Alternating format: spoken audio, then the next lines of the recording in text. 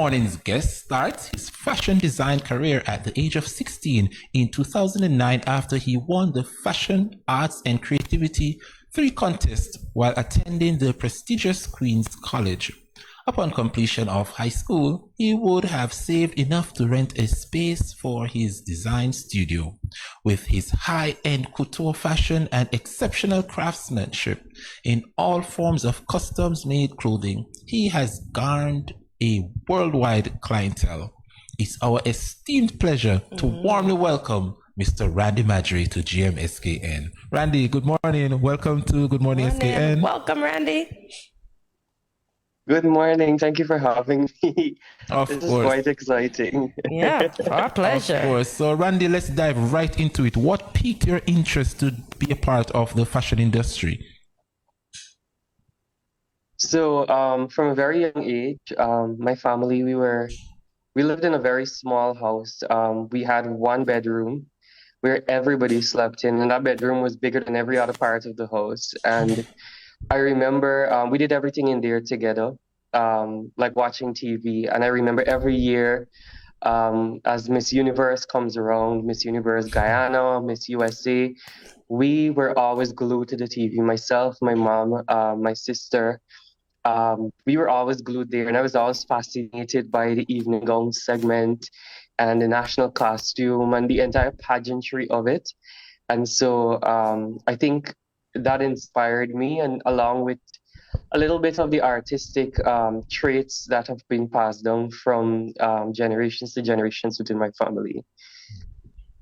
Oh, wow. We know you faced some challenges when you started because I think others had the idea that you should have been something else. How did you manage to get through those challenges? And for persons that are looking that may have no support in an area that they would, or a career path that they will choose in life, what advice do you have for them?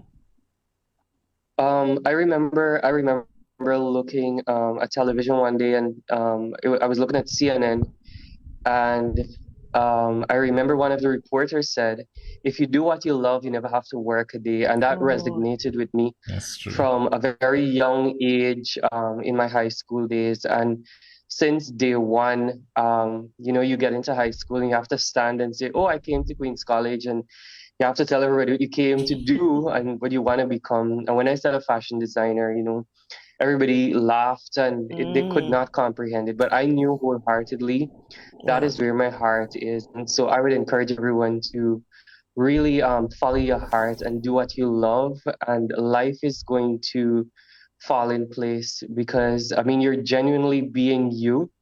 And you'll be able to give 150% in whatever you do. Wow. And I feel like if you pursue a path that is not for you, you can't give that 150%. So really go after your dreams and fight for it. Oh, Randy, giving me goosebumps. You're giving me goosebumps right here. So, Randy, were you self-taught or you went to school for it? And share with us one of the very first pieces that you did. Yeah, so I mostly self-taught. I would say 90% self-taught. I learned to sew from my grandmother, who was a seamstress. She was A1, and after entering the FAX 3 competition, I gained a lot of mentorship from designer Michelle Cole. And from there, it just became lots of experimenting, walking into boutiques and seeing something I may not have seen before, done before, and looking at it on the wrong side and touching and pulling and tugging. Lots of YouTube, lots of research, lots of spoiling things and doing them over. And I think that's such a genuine way to learn. And it's even a way that gives you the opportunity to learn newer techniques that may not have been discovered. And so I'm very, very grateful for that process. Good stuff. Let's talk about that brand logo right behind your head. Tell us how or what was the creative process for that logo, Randy Madray. It is memorable, I must say, timeless and appropriate. Oh, thank you so much. You're So welcome. I'm all smiles because I love the symbol on my logo so much. It's very dear to my heart, and we would have rebranded just about 2 years ago, where we introduced a new logo, and it was created by Sita Sugrim, one of our dear clients. I think she Mhm. is the utmost, most amazing graphic artist. She does everything graphic for the Random Madray brand, and I told her I want something chic, I want something couture, but exciting and memorable at the same time. And Mhm. at first chance, I was like, wow, this is it. This is definitely it. Nice, nice. I love it. Indeed, indeed. Hmm. And Oh, Randy, thank you. You're welcome, how, man. I mean, being in the fashion industry, how do you keep up with the latest trends? Because we know, I mean, fashion changes what every season. So how do you keep up and how do you manage to stay relevant in the fashion industry? Mhm. I love this question because my Hmm. job, my role as a fashion designer is not necessarily to keep up with trends, but to set trends.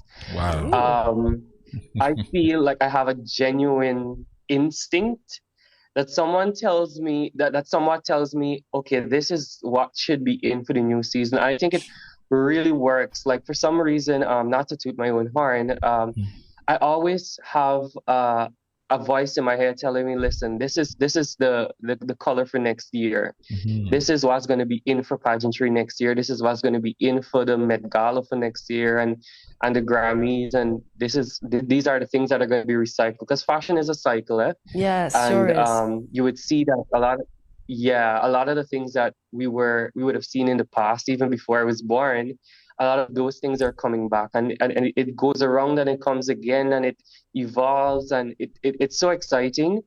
And so I prefer to push the envelope and set trends as opposed to follow them. I think I'm always a risk taker, and it has been very rewarding. Indeed. So let us talk about the Randy Madray process. So I intend to order a Randy Madray dress. Take us through that process from start to finish. Okay, so I think stkittsnevis is no stranger to this. Nope. So it's very important that we have a briefing with our client. Ultimately, it's not just to make the client look good, but feel fantastic in Mhm. whatever they wear from the brand. And so we would listen to you, listen to your briefing, listen to your do's, your don'ts, possibly ask you some personality questions, find out the occasion, and so on. And then we move to an illustration Mhm. where we take all those things into consideration as well as add our expertise to it. And once we present the illustration to the client and the client approves, if not, we tweak where necessary. We jump straight to measurements and production, and the production process is quite exciting. I must say, St. Kitts and Nevis, the pantry gives me the challenges, but it's quite exciting. I am Nice. absolutely bored without challenges, Oh. and I've learned so much from there. And so once we would have completed the garments and so on, for international clients, we would usually send like visuals via videos or photography, and we move to, once it's to the client's liking, we move to shipping, and then straight to the event. Nice. Yes, It's a Winning the indeed. event. quite a simple process, but Okay. exciting one. Okay. Good stuff. Indeed. And Randy, I'm seeing where some of your pieces you would do swimwear, you would do carnival pieces, as well as these extravagant gowns. But of all these pieces, which is your favorite to create? Mhm. I would definitely. That is hard. So I never had like a huge love for swimwear, Mhm. but after delving into the world of pageantry, Kittitian style, Mhm. the swimwear pageants are quite extravagant there, and I think over the years we've produced some memorable swimwear pieces for the stages Nice. down there. Given the concepts by the committee, they're always Mhm. refreshing and exciting. So I would say those, along with my evening gowns. I mean, those are my babies. I love love working with the beaded fabric and the Mhm. feathers and the couture and the handwork and the detailing. That is so me. Sometimes a client asks me to do something simple, and when I'm finished, yes, I like it, but I'm like, this feels weird. Like I don't have any handwork to do. But yeah, definitely the couture, the very detailed things. Those are quite exciting for me. I see you always like to have a lot of work. So let's talk about some pageant costumes. And I want to particularly talk about the Olai costume. We know that's, how should I say, that's one of our stories in Guyana. I grew up as a kid that this person comes out of their skin, they fold it up, put it in a corner, they go out flying, get some blood from somebody, and then they come back and they put it on once nobody would have touched it. So you actually won a gold medal for that costume. Tell us about making that costume, Randy. You made that sound so cool. Thanks. So funny enough, this costume was designed for Zamira Kippens in 2018 for Miss Earth when she represented Guyana. And I actually had the concept and the idea for this costume, but was not fully settled at the time. Since I was, I think, 19 years old, I have tons of sketches that I always look back to sometimes.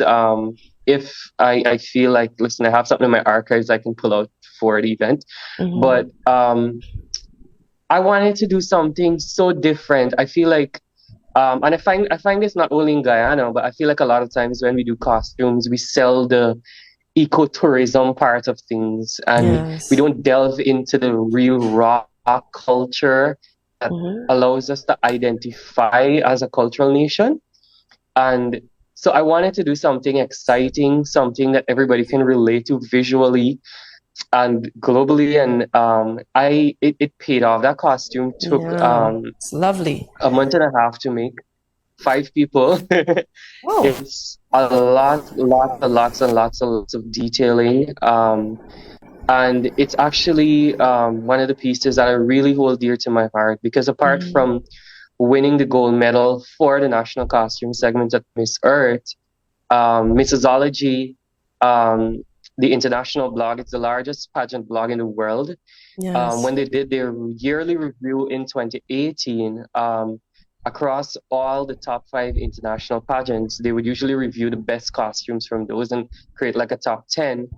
And that costume was ranked surprisingly number 1. Oh, congratulations. And I remember seeing that. I fell off my chair Literally. when we read that, and it was, yes, Oh, wow. literally. I was screaming, and I could not believe. But I'm so thankful for it. But that's definitely one of my favorite pieces I've ever done.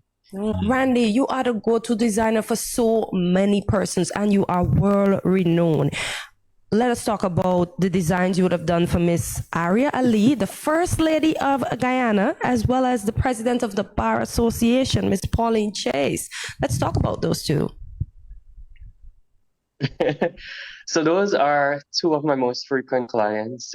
They're Nice. absolutely a pleasure to work with, and I always see them as super women, and I'm all for women empowerment. So I get excited when you get to clothe women of that caliber. And apart from, I mean, everybody gets to see them in their diplomatic ways and positions, but we have times when we sit and laugh and box ideas around, and it's always a pleasure. I think both of them are total dressers. They go all out. And I really have a good time working for them. Nice. They're fun, exciting, and I feel like they can be an inspiration to so many women, and it's truly a pleasure to be part of the process where they get to stand and speak at forums to empower others, to lead and to infiltrate change. And as much as people may not see the importance of garments and clothing, it is very important. It really can command attention and send a strong message. And having that opportunity to be a part of that is quite exciting. I'm fumbling to speak about them because they're so close to my heart. And I hold them in such high esteem, and they're Nice. truly inspirations to myself as well. Wow. Yeah. Wow. Indeed, indeed. And Randy, we all know that the CPL cricket is a big thing right here in the Caribbean. And we've seen where you were the 2022 official designer for the Guyana Amazon Warriors. Do you think that anytime soon you would definitely design for us, the stkittsnevis Patriots? I would absolutely love to. I actually did a few years ago. Okay. I did the cheerleader outfits down there in St. Kitts. They were hot. They were moving. Oh.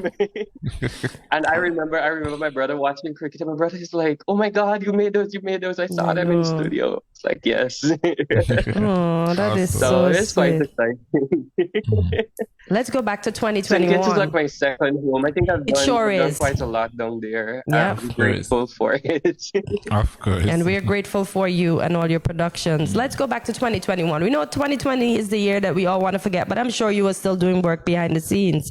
But in 2021, you were tasked with the position of being the official designer for the cultural production for Guyana for World Expo in Dubai.